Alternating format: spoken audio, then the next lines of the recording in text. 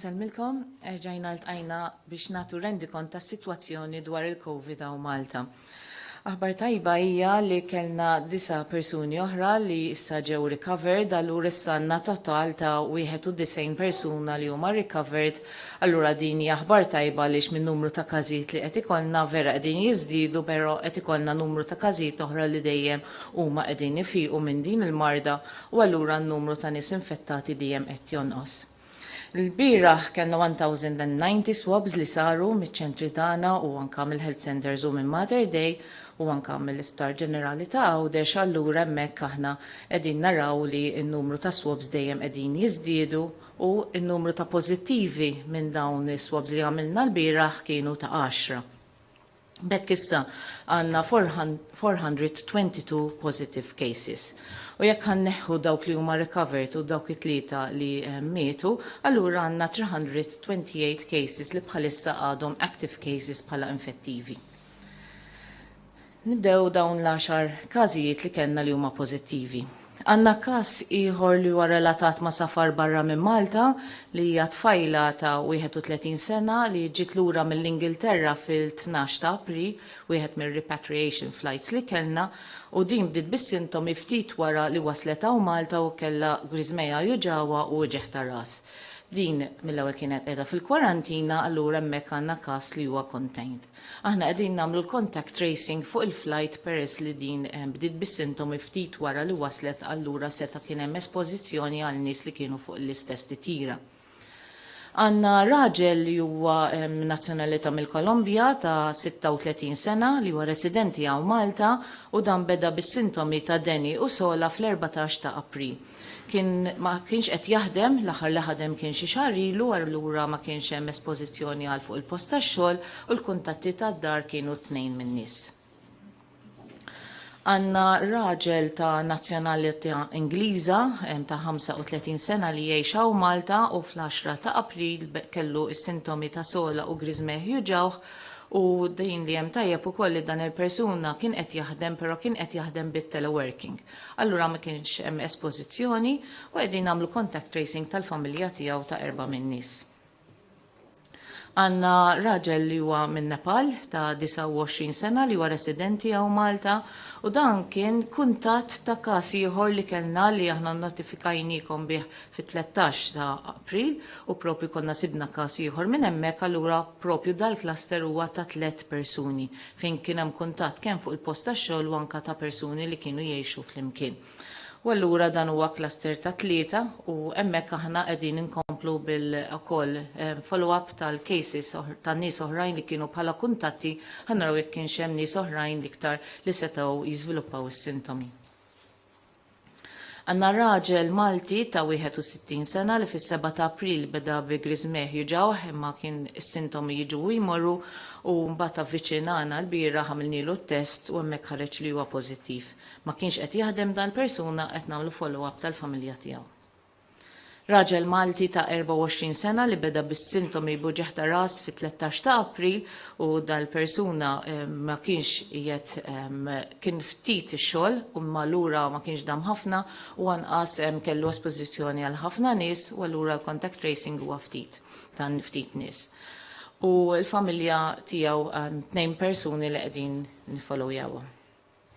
Mara Maltija ta' 29 sena li dinja carer li kella kuntatt ma' pazjenta li konna semmejnilkom qabel fl-SVPR, din il-carer kienet diġà qiegħda f'kwarantina peress li konna identifikajnija bħala contact u għamilniela t-test u ħarġet pożittiva.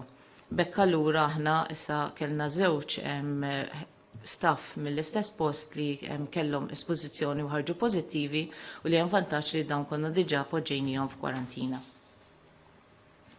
It-3 każijiet l-oħra li kellna huma relatati f'persuni li huma fil-ċentru miftuħ ta' Ħalfar li dawn nfakkarkom li aħna mill-ewwel kif beda jkollna l-każijiet hemmhekk għamilna kwarantina ħalli is-sitwazzjoni tiġi contained.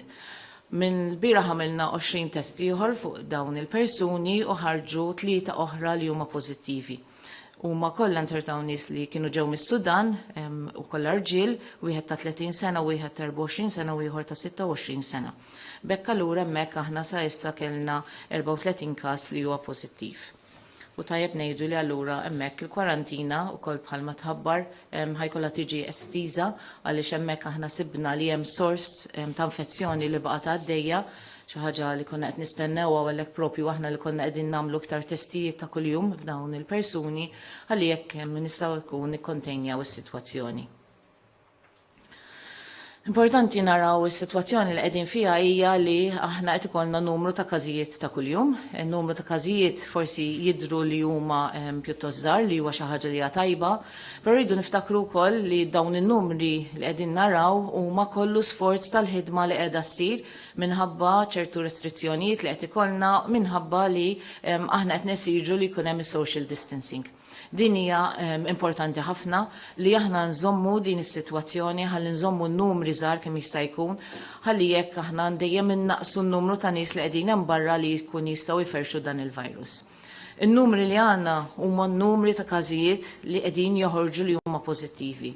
Però nifhmu wkoll li jista' jkun hemm iktar każijiet hemm barra li huma għandhom qegħdin iġorru l-virus u għalhekk is-social distancing għandha tinżamm dejjem. Ġej il-weekend, tempo sabiħ, nappellalkom biex nżommu kawtela, nżommu mal-miżuri li dejjem qegħdin nagħmlu u nipproteġu lin nies vulnerabbli. L-anzjani u dawk in-nies li għandhom mart kroniku ejja nipproteġuhom u nħeġġuhom biex huma jibqgħu ġewwa wkoll u joħorġu għal dak li vera hemm bżonn. Message in English.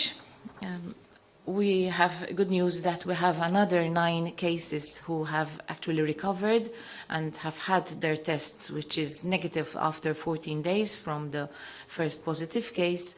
And hence, these people amount now to 91 cases which have in total recovered.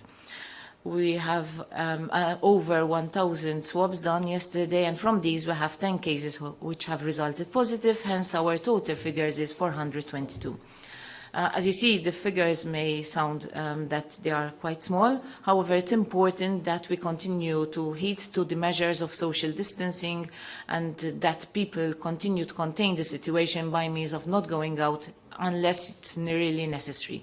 We have the weekend coming up. I appeal to you to stay in and stay safe as much as you can because there could be people who are infected out there and we don't know about them, hence we cannot protect you from them. And if you feel sick, any symptoms, please call us. Call 111, and if you have a foreign telephone number, please call 21-324-086. And hence you can also contact us and we will arrange an appointment for you. Thank you.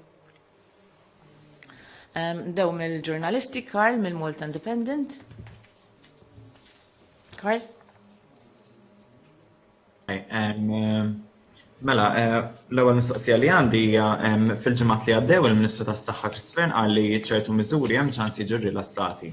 Tkun tista' tgħidilna li ma' miżuri ħajkunu minn tal-ewwel li jiġu rilassati u tista' tikkonferma eżatt kemm hemm każijiet ħal-far.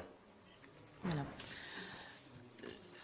Fuq il-sitwazzjoni ta' rilax ta' miżuri, bħalissa għaddejja diskussjoni l-Aqda Dinja Saħħa, l-Unjoni Ewropea u diversi pajjiżi flimkien fejn aħna qegħdin naraw sitwazzjoni fejn il-pajjiżi kollha huma f'sitwazzjoni differenti fuq il-kerv tagħhom. Hemm min tela sew fuq il-kerv u hemm min qed jara li bil-mod il-każijiet qegħdin jistabbilizzaw. Aħna f'Malta qegħdin insegwu din is-sitwazzjoni, qegħdin dejjem nevalwaw kemm qed ikollna każijiet u qegħdin naraw fejn aħna fuq il-kerv.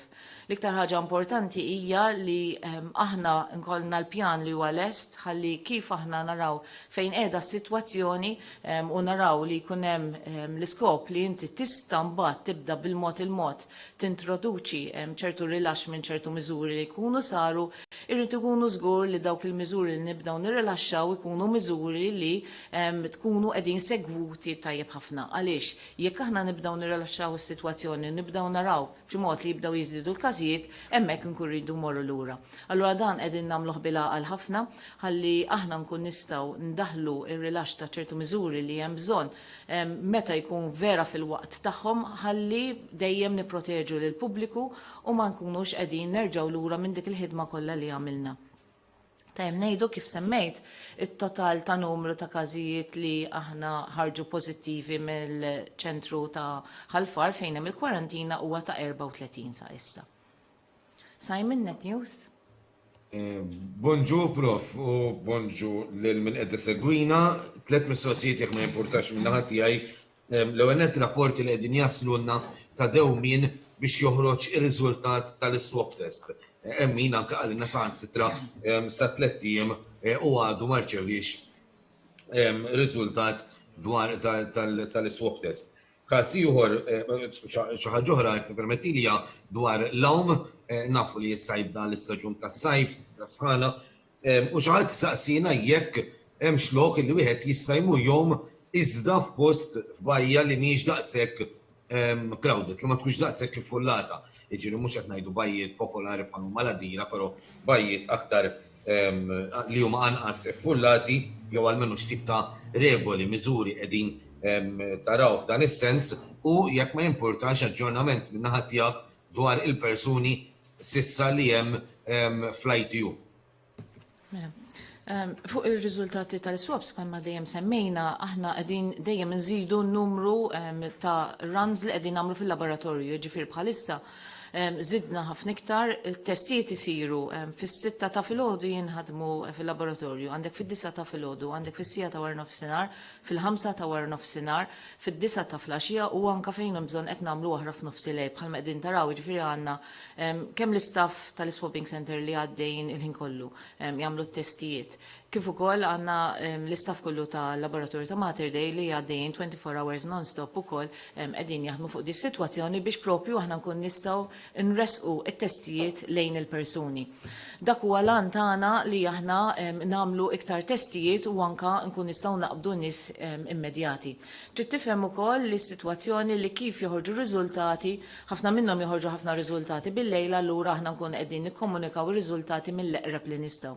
L-ikbar sitwazzjoni li qegħdin insibu li anke qed ikollna vera ċertu nies li qed idum ma jislilhom ir-riżultat huwa ħafna drabi fejn inkollniex kif nikkomunikaw mal-persuna. Għaliex ħafna drabi ma jkunux tawna il-mobile number tagħhom jew anke f'ċertu ċirkustanzi in-numru tal-mobile ma jkunx tajjeb. Nifhem li hawn ċertu nies li forsi qatt m'għandhomx mobile allura importanti li kieku jistgħu wkoll ituna mobile number ta' xi ħadd li huwa qarib ħalli aħna nkun nistgħu naddulu r-riżultat malajr kemm jista' jkun. Biex nħaffu aħna wkoll kemm jaslu r-riżultati malajr, għamilna diversi mezzi kif nikkomunikaw magħkom ir-riżultati. Għandna permezz ta' SMS fuq il-mobile tal-persuni. Għandna wkoll permezz ta' email u mbagħad fejn ikollna ma nistgħux ikollna dal-mezzi ta' komunikazzjoni nċemplulhom ukoll. Però tajjeb ukoll infakkarkom li wkoll tistgħu tħarsu lejn il-My Health. Ir-riżultati jkunu qegħdin l-għada li inti joħroġ ir-riżultat ħassibhom fuq il-My Health. Ġifier tużaw dak il-mezz hemmhekk ukoll jasallek ir-riżultat. Fuq il-bajjiet u fuq l-awm, bħalma dejjem qegħdin insemmu aħna, fejn nistgħu ejja nevitaw postijiet, fejn nistgħu naħsbu li ħajkun hemm iktar nies. Għaliex hemmhekk inti tista' tiltaqa' ma' nies oħrajn u allura dawk in-nies jistgħu jkollhom il-virus u allura jistgħu jgħadduha lil dak il-persuna. U dejjem infakru li l-bajjiet aħna dalwaqt nibdew il-baiting program tagħna wkoll fejn aħna xorta ħanibqgħu nittestjaw il-bajjiet, però huwa importanti ħafna wkoll li nqogħdu attenti fejn imorru bħala bajjiet anke minħabba sigurtà tagħna, imma bħal medna f'di ċirkostanza tal-COVID fejn inti tista' tiltaqa' ma' nies oħrajn. Allura rakkomandazzjoni hija li bħalissa nillimitaw kemm aħna għandna l-fejn noħorġu barra u kemm jista' jkun noqogħdu d-dar ħalli nevitaw li jkollna espożizzjoni għal persuni oħra. Il-żewġ persuni li għatanna fl-ITU, il-persuna li kienet qiegħda fuq il-ventilator, għadha fuq il-ventilator però hemm tinsab f'qagħda stabbli u anke l-persuna l-oħra huwa stabbli wkoll. Claire minn Times of Malta. Good afternoon, Pros Gauci. So 2 questions from my end. Yesterday, you published the data on the localities and some hotspots emerged. Do you think there's scope for restrictions or certain lockdowns in certain areas more than in other localities given this data? And on the asymptomatic patients, so do you have any figures, any numbers on how many people you think could have the virus but they don't have the symptoms? Mela, fuq il-mappa li publikajna bħalma spiegajt il-bira ukoll dawk huma lokalità minn fejn jgħixu l-persuni. Ġifieri dik mhijiex indikazzjoni ta' fejn propju huma ħadu l-virus għaliex iridu niftakru li għandek il-persuni li għad minnhom min qed imur għax-xogħol. Bħalma rajtu ħafna ċirkustanzi fejn qed nispjega kull każ li kien hemm minnhom li propju ħaduhom fuq post tax-xogħol. Imma wkoll li inti kollok in-nies li jkunu qegħdin imorru pereżempju jixtru ċertu postijiet. Allura hemmhekk inti mhix indikazzjoni ta' eżatti fejn qiegħda tittieħed l-infezzjoni. U għalhekk allura inti mhuwiex indikat fis-sitwazzjoni ta' Malta li inti tagħmel lockdowns f'ċertu areas. Fuq l-asymptomatic persons aħna nafu li qed ikollna numru ta' nies li qegħdin ikunu asymptomatiċi. Jekk tħares lejn in-numru komparat mat-total, il-maġġor parti tagħhom huma nies li kellhom is-sintomi. Però kellna ftit każijiet li ma kellhomx l-ebda sintomi. U li nafu sa issa hija li l-persuna jittieħed iktar li minn ħaddieħor meta hu jkun lu sintomi. Però aħna xorta peress li dal-virus huwa ġdid ma nafux daqshekk fuqu, xorta anke jekk ikollna każ li ma għandu l-ebda sintomi, aħna xorta ħadna l-miżuri ta' iżolazzjoni u kwarantina fuq kulħadd. Melvik TVM? Nsellimlek, Professor Gawċi. X'għad nistansik namalka manka mal-mistoqsija ta' kollega tiegħi anke brata mas-sajf. Ovvjament, ħafna Maltin għandhom l-opri tal-baħar tagħhom, għaddejjin diskussjonijiet ma' Transport Malta anke biex tiġi evalwata jekk u se jingħataw permessi biex dawn jitnislu fil-baħar. Ovvjament, wieħed jaf li dawn l-opri tal-baħar jużaw fejn anke jeltaqgħu il-familji, dak li jkun fuqhom biex anke jirrilassa fit-tmiem il-ġimgħa u jitqatta' ħafna ħin fuq il-baħar. X'ser jkun il-parir tiegħek? Ovvjament iż-żmien qed joqrob u l-bnazzi magħna wkoll. Għal-medna rridu naraw f'lim situazzjoni ħankunu qegħdin aħna f'din il-pandemija, f'din il-firxa u fejn ħankunu qegħdin fil-kerv u anke fejn inkunu f'dak li ngħidulu il-productive rate, jiġifieri kemm inti jkun hemm trasmissjoni minn persuna għall-oħra.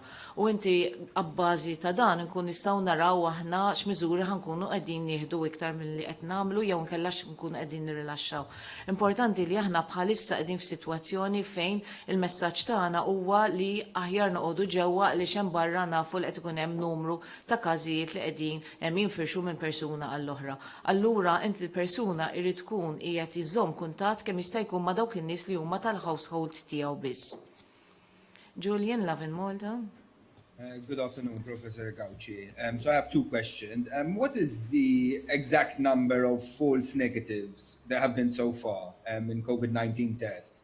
And the second one is, if Malta's R factor drops below 1 and preventative measures are lifted without the discovery of a vaccine, are there fears that there could be another outbreak, or are authorities hoping that a natural herd immunity will develop? Meta qed nitkellmu fuq false negatives fuq dan it-test, bħalma dejjem nispjegaw irridu niftakru li dan huwa test li qed jagħmel swab mill-gerżuma ħalli jara jekk hemmx il-virus at that point in time. Jiġifieri int meta inti ħareġlek riżultat li huwa negattiv, daħħa jfisser li ma kienx hemm biżżejjed partiċelli tal-virus biex jinqabad il-mikrobu. Dan ma jfissirx li assolutament inti m'għandekx il-virus u għalhekk aħna r-rakkomandazzjonijiet tagħna huma li n-nies dejjem għandhom jibqgħu iżolati sakemm jgħaddulhom is-sintomi anke jekk ir-riżultat ħareġ negattiv. Għaliex iva jista' jkun li inti at that point in time dan it-test ma jkunx qabad dal-virus u din nafu anke minn riċerka li saret barra minn Malta li propju tista' tiġri. Li semmejt fuq l-RT, ġifiri reproductive rate, ġifiri kemm inti kollok trasmissjoni minn persuna għall-oħra. Il-pajjiżi kollha qegħdin jgħidu li jridu jaslu li inti kollok ir-rate kemm jista' jkun l-isfel għaliex dak huwa l-iskop kollu tal-miżuri li aħna ħadna. U kif qed, la darba inti tibda tirrilaxxa ċertu miżuri trid kollok għajnejk hemmhekk fuqha biex tara s-sitwazzjoni ħalli tara li ma jkunux qegħdin jerġgħu jiżdiedu l-każijiet għaliex jekk ikun hemm dik is-sitwazzjoni tkun trid tmur lura. U għalhekk li inti jrid tkun sir il-pjan ikun sar bil-aqal biex tara żgur f'liema qegħdin sitwazzjoni u anke nkunu żgur li aħna konna stabbilizzajna. Li nafu wkoll hija li minn esperjenza ta' pandemiji oħrajn li tajb ngħidu l-esperjenza li kellna hija fuq pandemiji tal-influenza, mhuwiex tal-coronavirus, imma li jkun mistennija li wara li tgħaddi din il-wave li jgħaddu minna ħafna pajjiżi, bħalma qegħdin naraw ukoll f'pajjiżi oħrajn ikun hemm ukoll probabbilment għal second wave. Ġifieri aħna hemmhekk aħna qed nitalmu minn din l-esperjenza u hekk ikollna wkoll il-vantaġġ li għandna ħafna preparazzjonijiet li diġà għamilna f'din il-wave li qegħdin fiha bħalissa biex la darba mbagħad tiġi second wave hemmhekk inkunu preparati.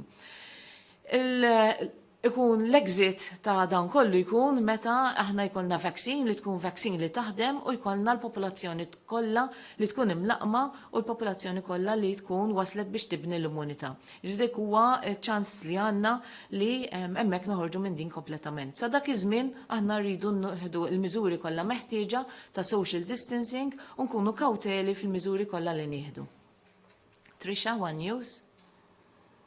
Nisalinnek Prof. Gawci żewġ mistoqsijiet. L-għalet jekk tistax tagħtina lista ta' sintomi li wieħed irid uħoss biex ċempel 111 għal swab nafu li bdejna bis-sintomi ta' deni, tuħ ta' nifsu anke ġej fil-Brisbane, imma fl-aħħar ġimgħa tanka żviluppaw nbidlu is-sintomi, allura ma nafx għandek xi lista update ta' ġurnata ta' sintomi. U tieni mistoqsija rajna f'ċertu pajjiżi bħal Spanja fejn kien hemm numri xokkanti ta' mwiet illi fl-aħħar jiem kif naqsu l-imwiet bdew naqsu l-miżuri biex nibni anke ma li diġà qed hemm xi numru partikolari li qed tistennew li nilħu biex l-awtoritajiet tas-saħħa Maltin iħossu li hemm wasal iż-żmien li jibdew naqsu l-miżuri f'pajjiżna. Mela, fuq is-sintomi bħalma qegħdin taraw kien għalhekk l-iskop li jiena ndur magħkom kuljum dawn il-każijiet biex inkunu qegħdin nitalmu flimkien ukoll x'inhuma s-sintomi u nifhmu ċ-ċirkustanzi tagħhom.